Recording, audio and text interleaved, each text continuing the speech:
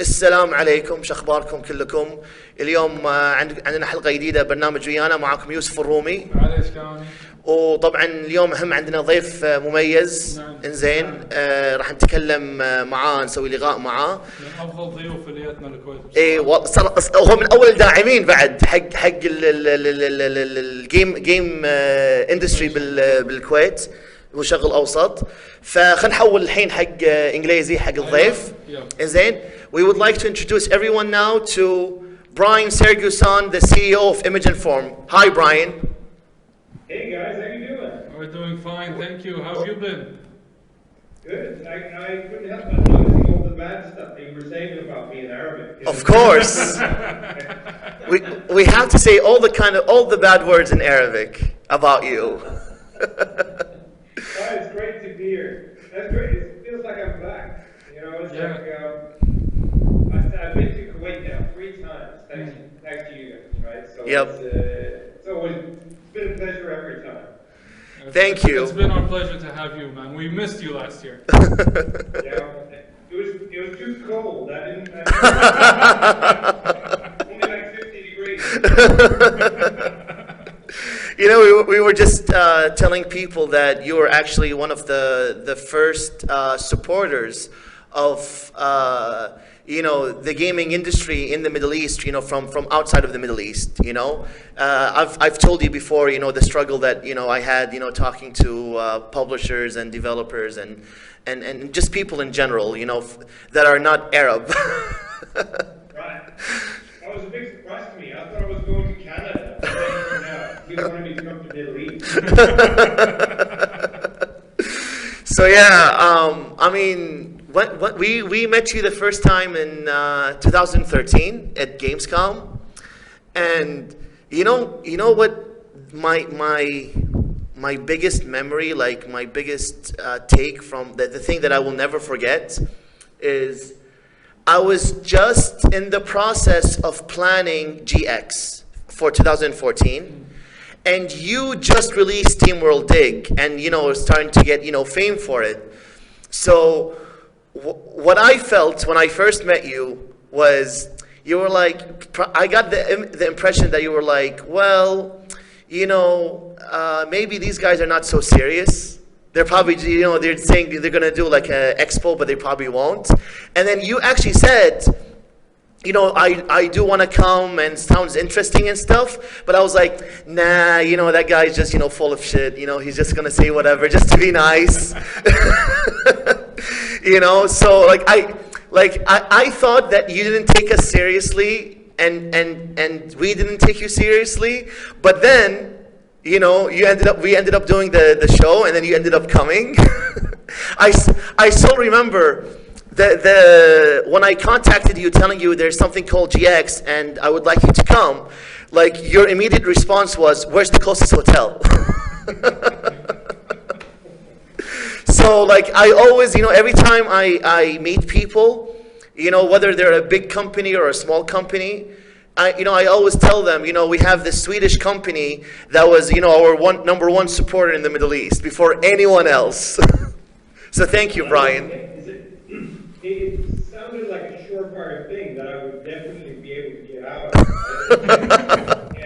Like these 3 amateurs are going to put together a show in the Middle East. Sure, I'll come.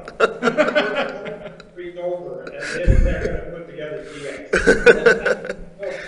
And I was just sure that this is not going to happen. But then when it happened, I was so intrigued. It's like you need to be curious about life, I think. And one of the things is suddenly there was this opportunity to come to the Middle East, which was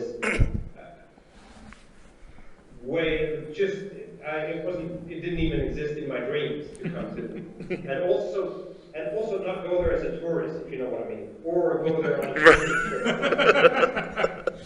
In an air-conditioned hotel somewhere.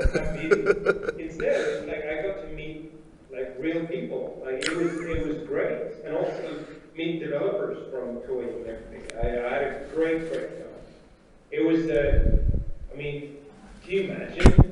Like you sit up in ice, freezing Sweden, Right. like in the summer, and it's really cold.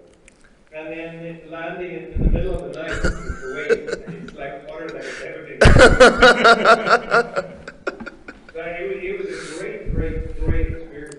You know, I always tell people one of the things that I like about video games is that it connects us. It's a universal language. So honestly, before even meeting you, one of my dream countries to visit was always Sweden since I was a kid. I don't know why. I guess because I like Vikings, you know? But but because of video games, it was the push that gave me to like finally go to Sweden and visit you. You know, Right. so it was, to me, it was like kind of like, two birds with one stone. I get to go to Sweden, and I get to, go to your studio and see how you do things and, just, chill and stuff.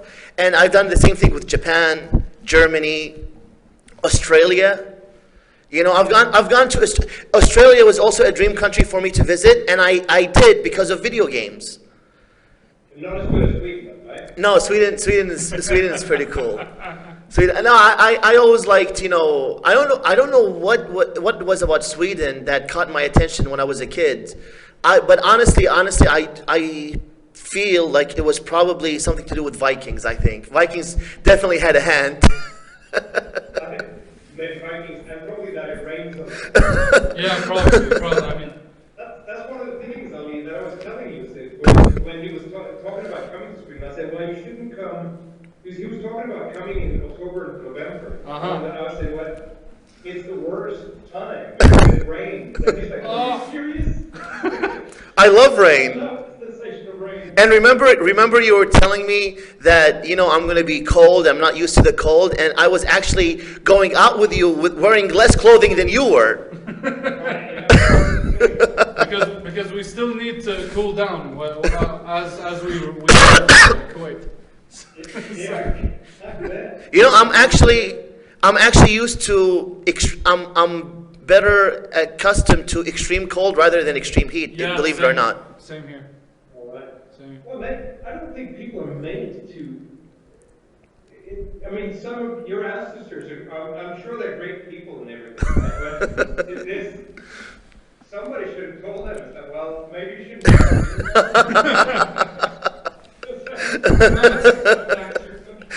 It's unbelievable that they managed to live in this area in houses that had absolutely zero air conditioning. I know. I mean, I went to I forget what it's called, you see, but you took me to the museum, with showing like. Oh yeah. It was very humbling because like you go there and it's like, yeah, it wasn't true back then. Imagine these people wake up every day. It's like, guess what? Today is going to be another scorcher. and like since you came to Kuwait, first of all, you kind of gave the local developers a morale boost. Because honestly, man, you're like such an awesome guy, and you always try to help people and give feedback and stuff. And I remember like the developers were just like huddling around you for like the 3 days of the event. You guys were just talking and stuff. Yeah. And they, to this day, they still remember you. They still like ask about you. And I actually use you as kind of like a reference when I talk to other companies. I'm like, you're like big company, whatever, and you're afraid of coming, to the Middle East, and this like indie studio, took a risk, and he had a blast, and and everything, and you actually even got a following on Instagram, which I know you guys have deactivated now, but I remember you were telling us. When you first arrived, you're like, hey, I didn't see any talk on social media about your event. And we're like, no, there's a lot of talk on social media about GX. And you were like, really? Because he's like, I looked on Twitter and I saw nothing. And we were like, oh, yeah, see, that's where you were wrong. In Kuwait, we don't use Twitter, we use Instagram. The hilarious thing, Ali, is that we started an Instagram account, and I think like 80% of our followers were from Kuwait. It was just one of those things, like for the longest time, we've been sort of we've had to sort of choose what we do because we can't do everything. Right? So it's like one of the, we finally decided to have, we have to let one of them go, and it has to be Instagram. So if I don't think we closed it either. No, it's just inactive. That just sits around and does nothing. But yeah. But I think also, I mean, you're talking about the developers in Kuwait, and the developers in Kuwait are so, they're so optimistic. They're so full of optimism. Like, whenever I meet them, it's like, right, come and look at, check this thing out. I'm working on this. Right? You look at it, it's like, wow, that's different. But, Okay. Hold on. Skype died? No, he's there. Got ahead of you. Yeah, I think I just Sorry, guys. yeah, you're good now. It's actually the issue is from the internet. The internet has been very wonky the last 3 days in Kuwait. So what just happened was we just got disconnected for like 2 seconds, then just came back again. أصلاً شوف شنو مكتوب 0 kilobytes. 0 kilobytes. يعني there's nothing being sent. Yeah, it should like you with us is fine, but I just want to make sure that the stream is working because it just shut off. Oh, it says "Gosh, reconnecting in 15 seconds." See that? So yeah, it's gonna reconnect in about 5 seconds, but I think it still like records like the delay. Sweet. So, but yeah, it's connecting right now, and yeah, it connected. So we're good. We're good. We're back, good. guys. Yeah, sorry about that. Sorry about that. Like you said, I mean, one thing that I wanted to do is just shout out to my friends in the Kuwaiti development community, because that's not going to Kuwait means that I'm not meeting a lot of friends, and so like I've forgotten about nobody. I remember everyone very fondly.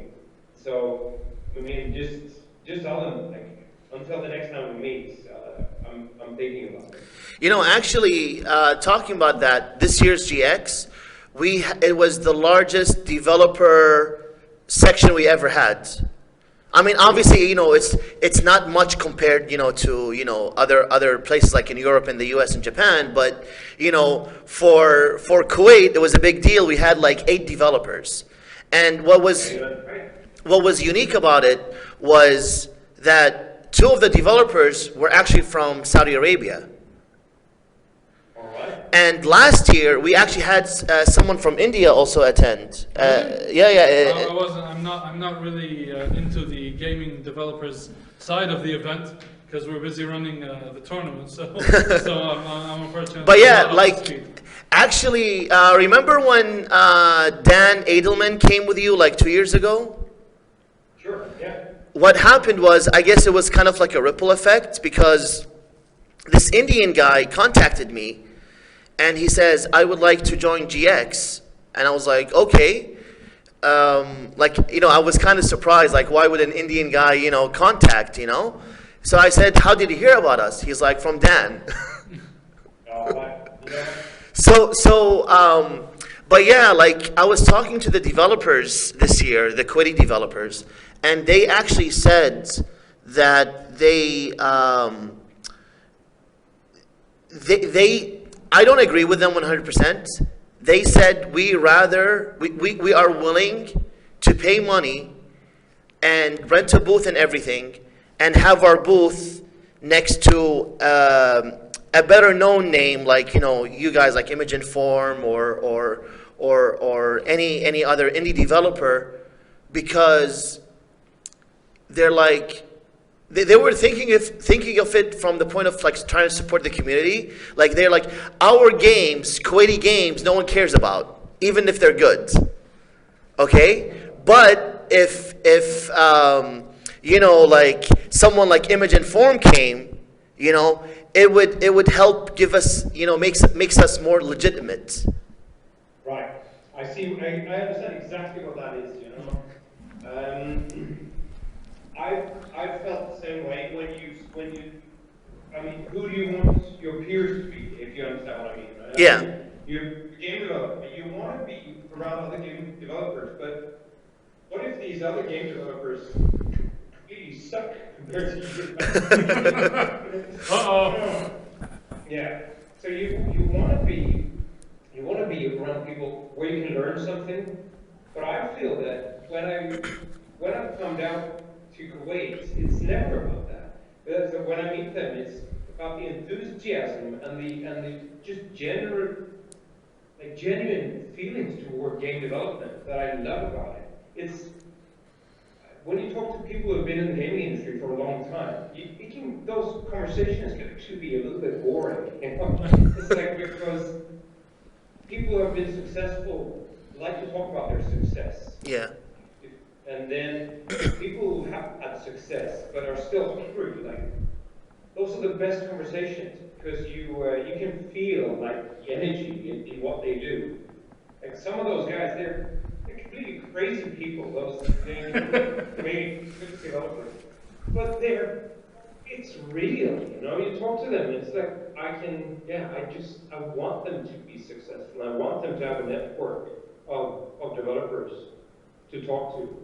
I remember like the first time we were sitting outside for like hours and hours just talking about game development. And one of the things that I really wanted them to do was sort of get united somehow, that they find a forum where they can actually meet, you know, once a week or something, just to exchange ideas and not be afraid of that other people can steal those ideas. I mean, Again. It's gonna disconnect for like a quick second. مرة ثانية صارت لما بطلت hey guys, I can hear you again. Okay, yeah, sorry. بشوف هذا صار هني zero. But anyways, it's still recording, so we can put it on YouTube later. It's fine. Okay, Yeah, sorry about that, Bryann. Should I bring the mic closer to Bryann? Sure, yeah. You can put yours closer. It's no problem. I'm just gonna do this. So Yeah, I think that's better. I think doing it like this is better. Yeah, so you don't bring it up. Yeah. So yeah, sorry about that, Bryann. We've had. I'm going to hold you responsible for the internet. Yeah, we've been having like, you know, technical issues, like, you know how when you prepare something and you test it like a million times and everything's working fine, and then when you actually want it to work, you know, the moment you want it, everything just breaks down. Yeah. I literally bought the monitor that we're viewing you from. I literally bought it 3 hours ago because the previous one was not working. Right. So yeah, but anyways, yeah, let's. I just wanted to get back to that. I mean, the crazy guys. I'm really happy to hear that you have an increasing number of developers coming to GX, because it's really important that they have somewhere to gather, you know? And it might be that they know each other like from ways back, but it's not until you sort of see what everyone is working on that you can sort of start discussing ideas. Like, wow, how do you do that? It's like, oh really? Is that a good tool? Blah blah blah. Yeah, I think it's great. Yeah, and you know, the developers, since more and more, you know, guests and companies started attending in Kuwait, what I'm really proud of is there have been now collaborations between Kuwaiti developers and people from other countries. Like, for example, one of the Kuwaiti developers, their composer, the music composer for their games, is the same music composer for the Mega Man games now. Okay, cool. And I think she also does Shovel Knight, Manami. I'm not sure. She's like, you know Shovel Knight, of course. Yeah. The same person who did Mega Man also did Shovel Knight, and now she's doing the music for these guys, because when she attended Kuwait last year, she was like, oh wow, like there's like, you know, the scene, and it's like, you know, vibrant, And next thing you know, like I saw this guy at GX the next year, and he was like, "By the way, Yusuf, do you hear this music?" I was like, "Yeah, why?" He's like, "The composer of Mega Man is working with me now." And you said, well, I'm going to demand 15%. Exactly, exactly, exactly. So yeah, you know, I'm really happy with the growth that's been happening. And more importantly, that I've been able to attract developers from you know, outside just Kuwait, not just like, you know, locals, but like, you know, people from Saudi and India and stuff like that. So I'm very, you know, grateful for that. And you know, we got, you know, Square Enix now attending and SNK attending, and just, I mean, I always told you, Bryann, that I wanted to do a video game orchestra.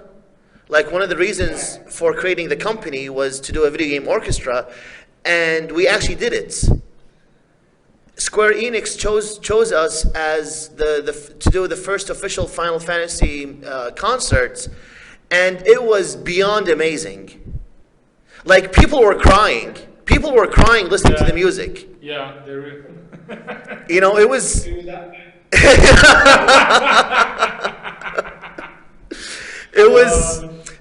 It was just, you know, it was crazy. And basically now, you know, after all these years, you know, we've proved to people that the tournament scene, like esports, is alive and kicking in Kuwait.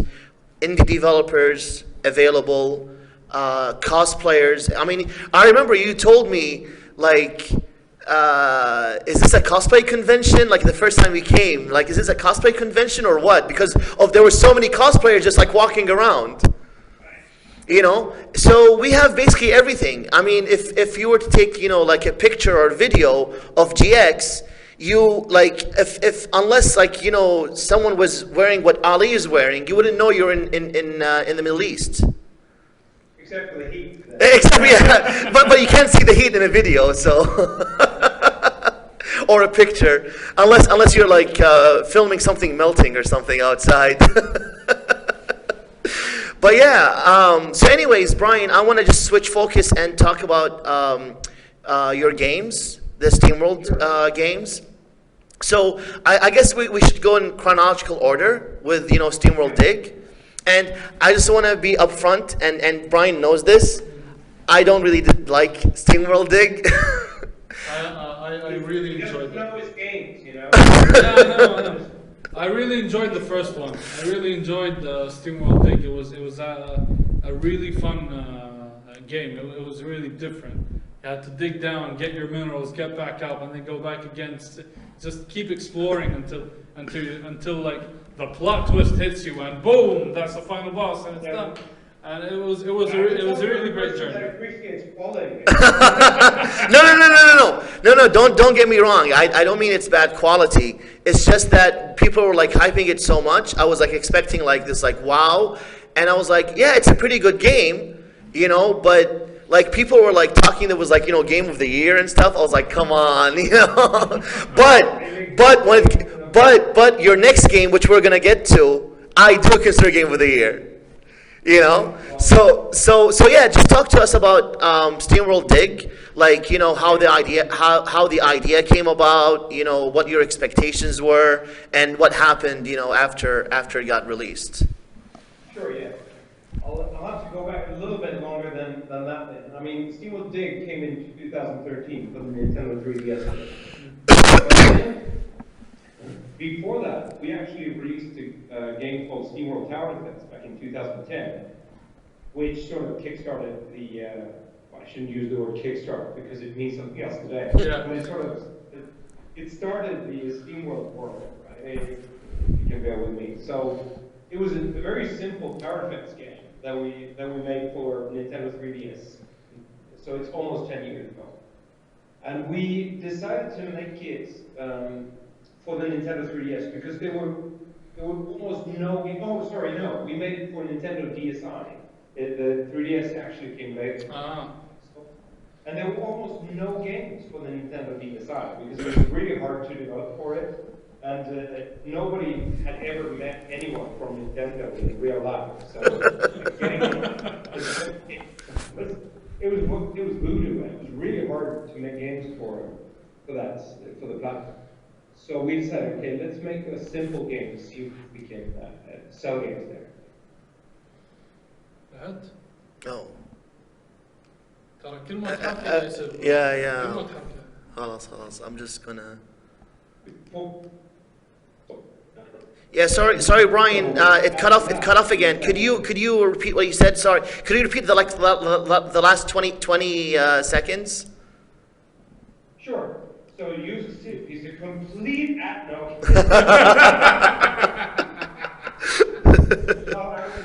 It cut off. What I was saying is like we decided to do try our luck on the Nintendo DSi, like get on some sort of console, because we had been making mobile games and PC games before that, and we were afraid that mobile was getting very, very crowded. So then we were sort of surprised to see that this Nintendo DSi game paid for itself. Like we didn't have to sell very many copies of that game, but it actually it worked out really well. So we decided that, okay, with the next platform, this Nintendo 3DS, let's see if we can make another SteamWorld game. And so we made this game about digging. We just thought it was a lot of fun ourselves. If you dig down, in real life, if you start digging in the ground, what can you find? What can you hope to find? Well, in Kuwait, you're going to find a lot of sand. And oil. And oil. But in Sweden, you're going to find like a lot of other things. Like, if you start digging, like you'll find a lot of, old bottle caps, and you'll think you'll found money or something, but you're gonna find like metal that someone forgot in the ground. But it's very exciting that you dig down, and what are you gonna find? It's like a treasure hunt. Right? So digging it's exciting in itself.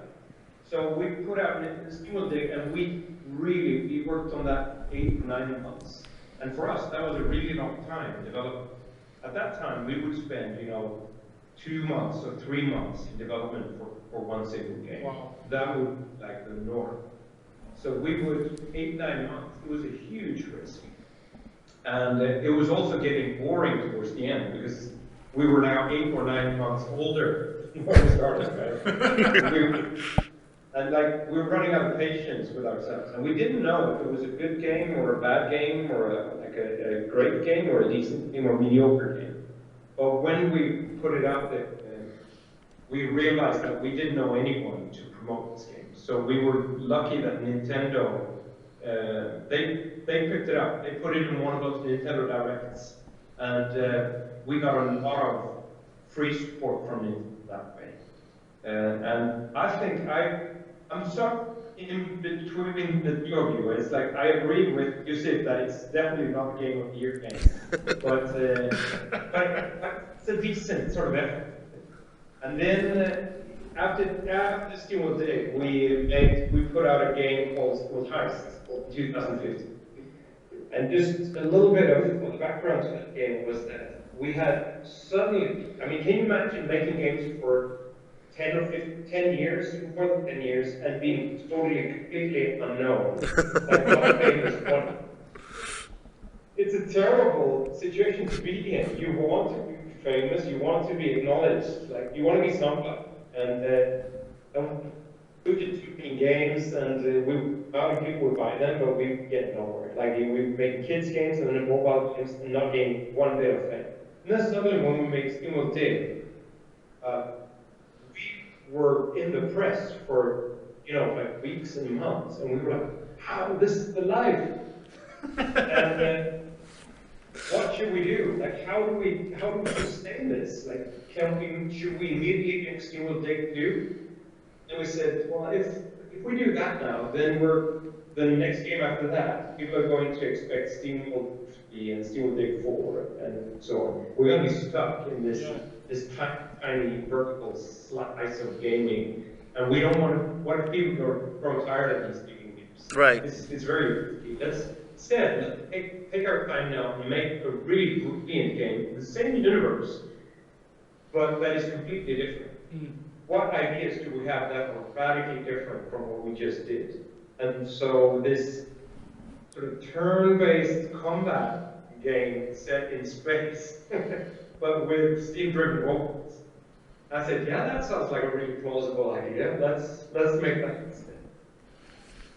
And that is my game of the year, by the way. Heist. Yeah, we made it only for you, Sid, because you've been so critical. You want to know what's funny? No. I didn't like it. Well, I'm coming for you, Ali.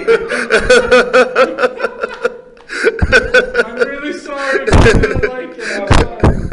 You know, it's really like that. And it's really great that you say that, because then the game we made after that was Steam League 2. We were very tired after Steam Heist. It was a big effort. We had to work very hard.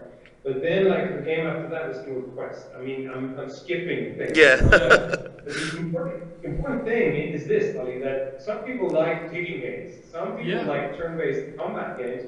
Some people like RPGs, like fantasy settings. It's like, not everyone has to love every game you make. If you like one of our games, you might at least try. Yeah. Actually, Brjann, can I just say something to something that you just said?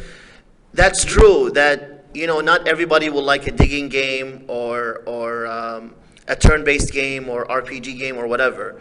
But in the end, you guys are now a studio. You guys have kind of like a reputation or a theme, and your reputation and theme is quality.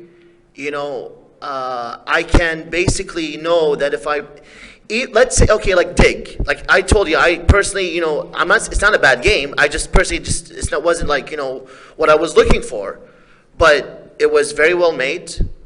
The art style was fantastic. I think you guys have amazing artists. And each game since Dig, I feel like your art has been just getting better and better and better. Yeah. SteamWorld Quest looks absolutely amazing. Nuts. Unbelievably good. I love the so good. And your music is, I think it was SteamWorld Heist, the first, I think, bar you enter in SteamWorld Heist. There's like this music playing. Yeah. And I think I might be confusing my memories, but I think I told myself, wow, like this kind of sounds like Metroid. These guys could do Metroid, like a Metroid-like game or something, Yeah.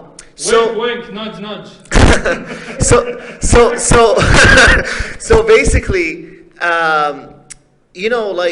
for example, I like to compare what you guys do with Rare in like the Super Nintendo N64 days. I didn't necessarily like every single game that Rare made. I mean, I liked the majority of them, but there were some games obviously I liked more than others. But at least they had consistency. You kind of expect, you kind of know what to expect when you get their games, and that's what I have with Image and Form. Exactly. When I buy the game, it doesn't matter if it's like it doesn't even have to be a sequel. It could be something new, like Quest, for example, or Heist. I can expect a minimum level of high quality that I know that I will enjoy the game. And I honestly believe that you guys have this. And when I talk to other people about this, they say the same thing. They're like, yeah, I might not like Heist or Dig or Quest, but it's quality. It's a quality game nonetheless. And I just want to say thank you. Yeah, thanks. Well, thank you for saying that, and also thank you for saying such nice things about the art. I'll be sure to tell the programmers that. No, tell them because otherwise I would whip them.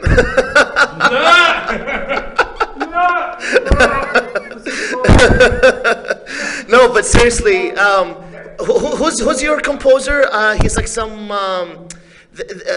Huervo or something. It's like the guy. He's not Spanish, but he has a Spanish name. Who? Your composer. Oh, the composer. Well, our main sound guy is Pelle Kamlerby, and he's a brilliant guy. He's actually one of the writers as well. So Oh. I'm proud of everyone. Multi-talented. But, well, the thing is that we need to be consistent with quality. I mean, if we get bigger, maybe we can start faking, because people kind of hate us anyway because we're big. But at this size, we have to be consistent with quality every Right. time. Every time. Hey, I have an awesome idea for the next SteamWorld game. Oh, tell me. Yeah, SteamWorld Emblem. Because he likes Fire Emblem games. Get the best support conversations for your robot waifu. I think that's gonna make bank. But yeah, sorry. Anyways. So going back to it was a gamble to make SteamWorld Heist then after SteamWorld Dig, just because people might not enjoy it. But in the end, it turned out to be a really smart thing to do, because now we have, with every release, people are speculating what the next game is going to be. Yeah. And we can always bring that kind of excitement to the community. It's like, what is it going to be? What is it going to be this time? And people are they're asking us without being angry. They're like, okay, great, thank you for this, but now I want you to make this game. And okay, that's very exciting, and we're hoping for this. So it's great. And also it saves us, because I think making only a digging game or only turn-based combat games or whatever, or only racing games, it would become very boring. Right. Yeah, true. You don't want to be the studio that's known for only this type of game. Yeah. No, exactly, and it also helps us to reinvent what we do. We can actually have fun doing all kinds of different games. We get to explore, because we don't know how this. I mean, when we started making Quest, it was a little bit different from the beginning. It didn't have the sort of core gameplay mechanics that it has at the end, but we were very excited about it the entire time, because now it's like, okay, what happens if we do this? Well, we don't know what happens if we do this. Let's just get to see how it happens. No, but you have a great team. I like I said earlier, I visited their studios in Sweden. I met the team. They're just amazing people. And honestly, Brjann, I know you always say you're the glorious leader, but you are a great leader. Maybe not so glorious, but a good leader nonetheless. And The people are good. They don't need eating. They hire really good people. No, and it shows, because you guys have grown, and expanded. So it's really a privilege to have known you and met you, and you visiting us and me visiting you and stuff like that. So what's basically what's next for Image and Form? Sure. So, one thing, Image and Form is it's a gaming studio, and we have a sister company in Gothenburg called Zoink. And those guys, together with Zoink, we formed a sort of like bigger structure with Thunderful. So Thunderful contains Image and Form, Zoink, and then we started a publishing company, so we actually publish other people's games as well. Ah. And that is, unsurprisingly, it's called Thunderful Publishing, that company. And then we acquired a company called Rising Star Games in England and the US, and that's also a game publisher. And Rising Star Games, their vision is to bring Japanese games to the West. Oh. And we're going to continue using the label for that, and then we're going to use the Thunderful Publishing label to publish Western games. So we have those. You could say that we have development, and then we have like Western publishing and Eastern publishing. That's really nice. That's really nice. So does that mean you are Kuwaiti rich right now? Well, you used to tell me that. It's like, well, you could be stinking rich, and then you could be English. Well, we're not Kuwaiti rich. So you don't own multiple countries and stuff? No, you can sort of, I'm sitting in my kitchen and it's not all made out of gold. There's still some things made out of wood. No, but you know, like it's you know, one of the cool things, you know, about, you know, meeting you was that we met you just as you guys were, like, you know, starting to your big rise, and Right. it's kind of nice just to see the ride, you know, like be there for the ride and just, you know, see how, you know, you guys keep growing and growing, like, you know, where you guys were and where you guys are right now. So that was, you know, that was very cool to experience and be part of, and Well, it's like you, I mean, just to mention a few things about it. I mean, when we met, I think we were 8 people in the company. wow, We had just made Steamworld Day, so 8 people, 9 people made it. Wow. And then now we are getting close to 70 people. wow, 10 times as big. Yeah, so it's growing, but it's very important that, for me personally, it's very important to remember who you are at all times, because if you start changing, then everything changes. Like, I think your perspective on quality might change. That once you grow, like, you realize that, okay, we have to make money faster, and so and maybe you start rushing things, making worse things. Right? So we are growing with one person at a time. If we need a new person, we will hire that person. It's not like we're going to start using name tags in the office. One person at a time. yeah, and I like that you know, you as, you know, the founder and the big boss of the company, you still have a hand and kind of oversee, like, all different aspects of the game. So it's not like you're just, you know, getting just updates from people. Like, you're kind of more like, you know, involved, like hands-on, basically, with the various teams. But in a way, because I don't think you will grow if you are sort of stuck with waiting for approval from one guy the entire time. It's like, if they relied on me in development, we would be screwed, because I'm not good enough. So instead, like, I'm tricking everyone into believing that I'm useful, and so they continue making excellent things, and I can just sit next to them and take credit for everything. It's in my title. It should be like a glorious credit. No, but yeah. So then. So based on what you said, Thunderful is basically like the publishing arm for Image and Forms, Zoink, and others in the future, correct? You could say that, yeah. I mean, Thunderful Publishing is that arm, the company called Thunderful Publishing. The owner company is called Thunderful, the holding company. Right. But the development arms are still Image and Form and Zoink. And then the publishing side is called Thunderful Publishing. Yeah. So we have like two legs to stand on. We don't do distribution, like physical distribution ourselves. Yeah. And maybe we're never going to do that, but we also have like a joint owner that is a big distribution company. So we feel we don't need to compete with.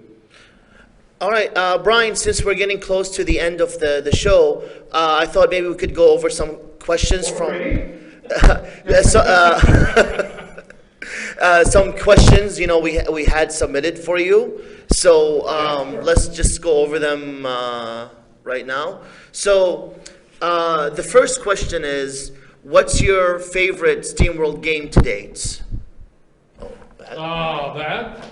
One moment. Hold on, Brjann. Check OBS. Check OBS. Sure. Check OBS. It doesn't matter because it's still recording. It's okay. I'll just put it on YouTube later. It's fine. All right. So yeah, sorry.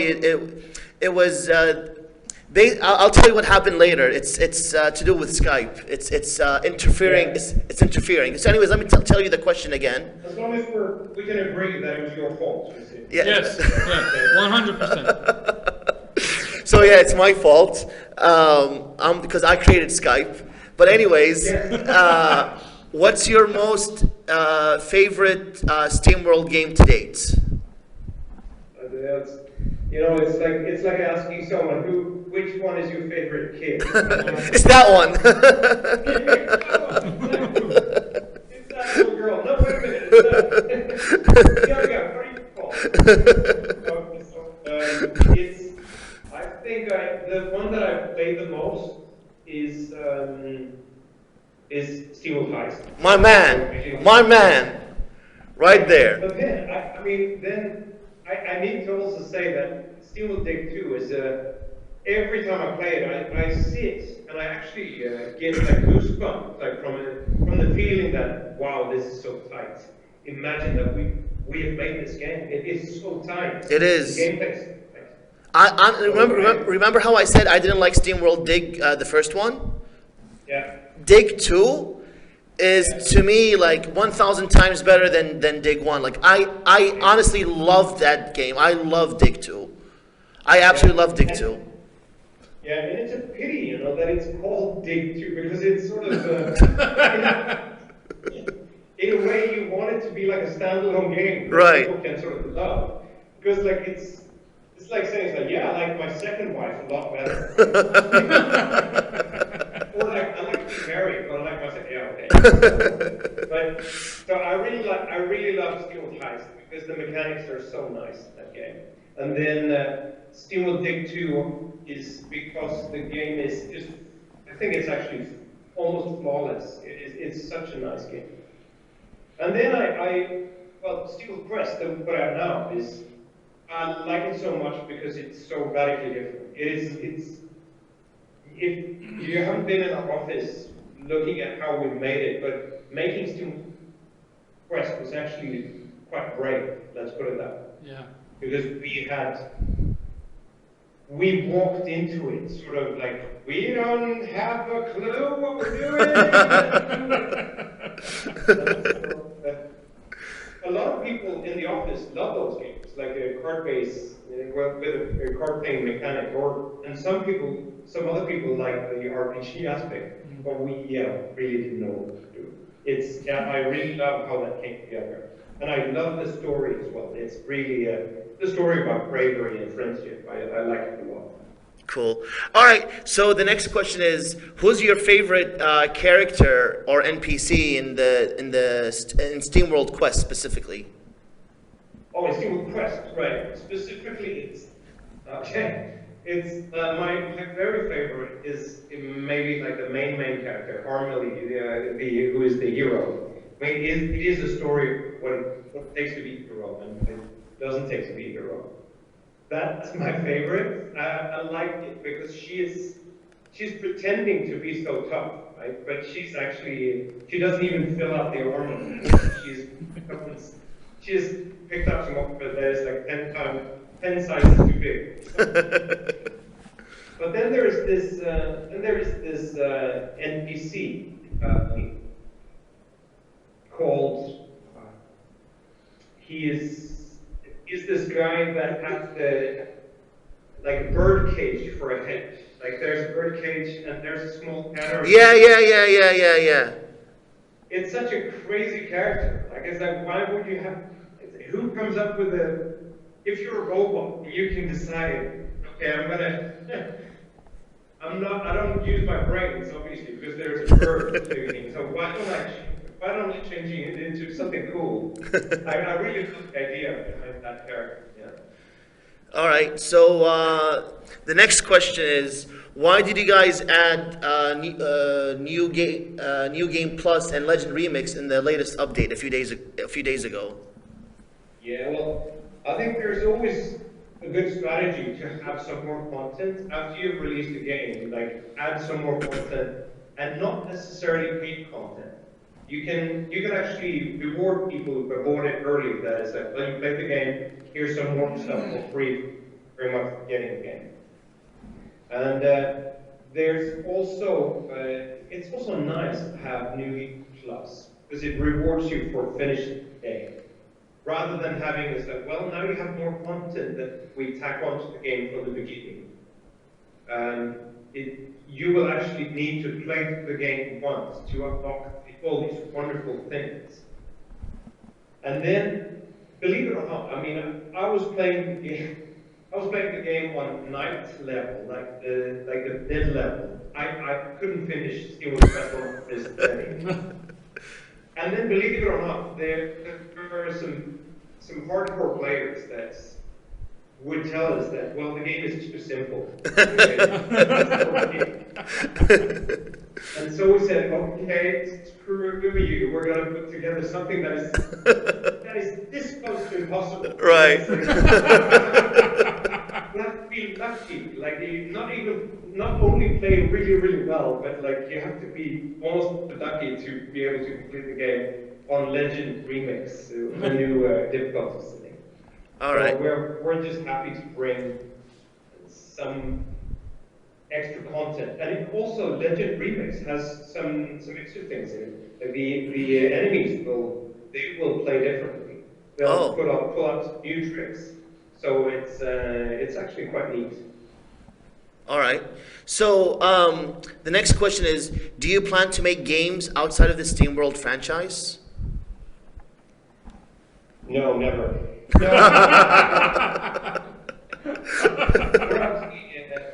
We came from a world where we didn't make SteamWorld games, like a really, really long time ago. And I told you this, but not many people know this, that for a long time, Imogen, we were making Edutainment kids games. Yeah. entertainment games, work for hire for publishers. And it was so much fun in the beginning, and it was so boring towards the end. So we really wanted to stop doing that, and it's the same. I mean, ice cream is so good, right? We feel like the first time we had ice cream when we were kids. Yeah. We feel that we could eat ice cream our entire lives. Yeah. But then you eat ice cream, nothing but ice cream for 2 days, and you don't want, like, you're fed up with it. You don't want it. You don't eat ice cream for another month. True. It's like now we're making Steamworld games. Steamworld games. And I mean, a lot of people in the team are sort of dying to explore other things as well. So I would be very surprised if we never make another game. Sorry. I'd be very surprised if we never make another game Oh. outside.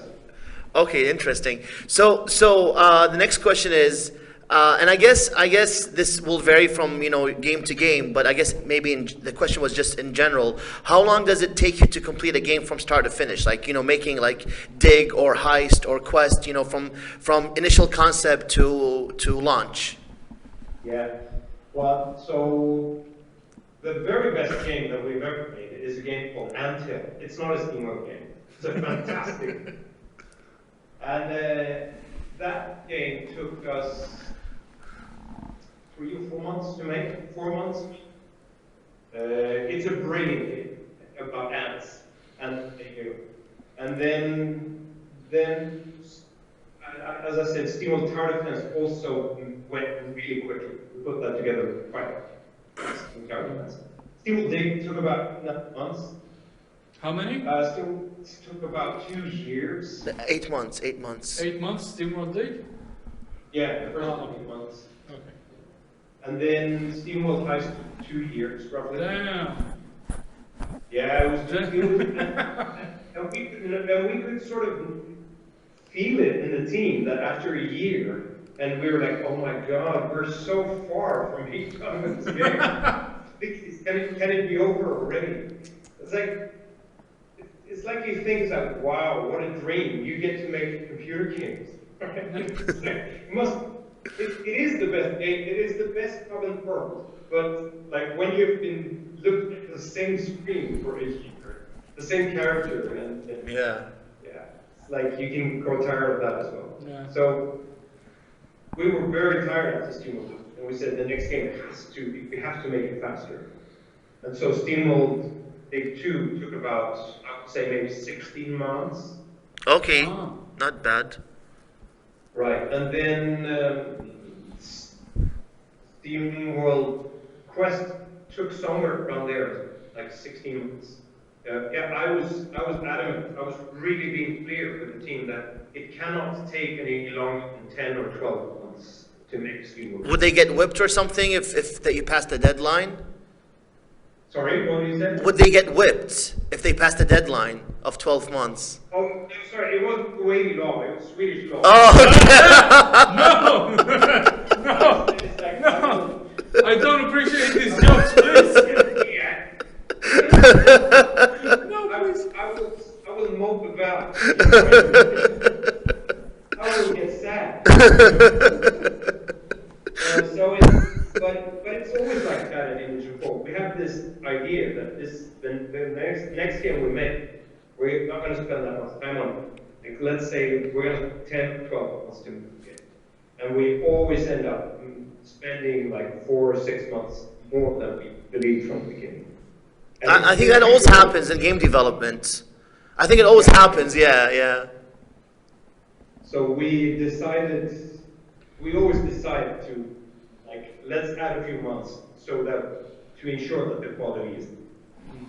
All right. So there's just a couple more questions. This question we already went over it, but we'll just, I guess, go over it again. Is what is Thunderful? Like, what's the relationship of Thunderful with Image and Form? We kind of already talked about it, but we can just go over it quickly. So now I'm going to answer it completely differently, right? So Thunderful is the future of what we do. Let's put it that way. All right. Thunderful is never going to go away. It's sort of strengthening the development team, and it's also taking on publishing. I really love the name too. It's really important to me. Thunderful is a great name, I think. And you're the big boss? Useless name, right? You're the big boss of Thunderful too. You're the glorious leader there. No, well, I'm the CEO, but I run it very tightly together with my good friend Klaus Lingelin, who is. So I came as the CEO of Image Form. He's the CEO. We decided to do this together. So is it like a blood fight to see like who becomes like number one or something? Like Viking stuff? No Viking stuff happened? No, it's not a blood fight. I mean, really, he is a brilliant game designer, and he says, he early on said that I want to make games. I want to design games. Like if you can work with the Excel sheets and stuff, all the boring stuff. You can do that, and I do all the drawing and all the exciting stuff. It really is like that. It's the truth. All right, and the last question we have here is, and I hope you're honest with your answer, is how many girlfriends and or boyfriends do you have in Kuwait? Can I leave? Can I leave? I was saving that to the end. You knew that. They're not gonna let me back. Now the thing is like this. Like if you can just call all of them friends, then I have a lot of friends. So you call them friends. I was like, this is the rudest man. You guys, this guy, we share. I have a lot of great friends. Ali, I have a great story about that because like. It's not going to be bad, right? But it's like, when I first came to Kuwait, I really did not know what to expect. When I came to the airport in Sydney and I got out of the gates, like out into the cockpit, like actually coming what do you call it? Like you're not inside the airport anymore. Yeah. You're out in the city. And I was really sort of making a point of looking down into the ground as I walked because I wasn't sure what it was. Like, if I was looking at a woman, would I get like killed for it? If you smoke, we're gonna cut your hands off. Exactly. Put my eyes out. I'm exaggerating a little bit. disrespect the law of the land. Right? It's like become like a stupid foreign and do everything wrong. I didn't want to be that person. Then I realized that Yusuf, he was making all those mistakes. So I realized You're not wrong.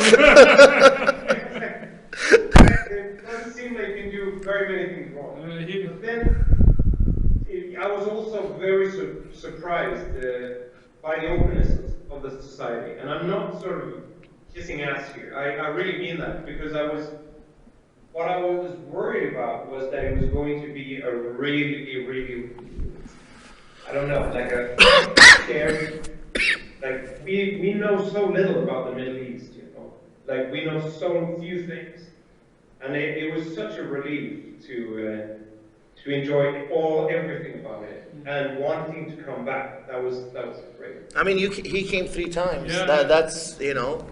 But Yeah, so actually, I had one boyfriend. right. Oh, so he admits.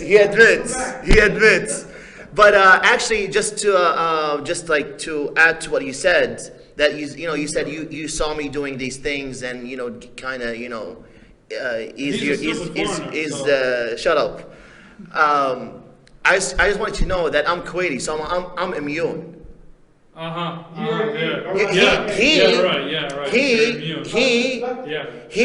Me too. Yeah, I'm immune. I can do whatever I want. He is a Baka Gaijin. You're in that same boat. You know that.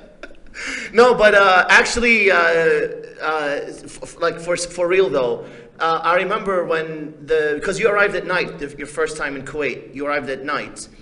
So we didn't really get to do anything. We just had dinner and then back to the hotel. But remember we had that interview with Al Watan TV. Yeah. And then remember that that was the time we had to kind of show you around Kuwait and stuff. And this is we have to figure out big chore, right? It's got 15 minutes a week or something. Right? So I remember it was on Wednesday morning.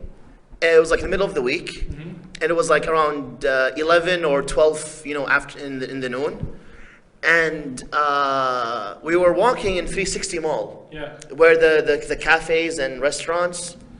And then it was just me and Brjann walking. And then all of a sudden, Brjann just grabs my hand, like out of the blue. I'm like, what? He's like, look.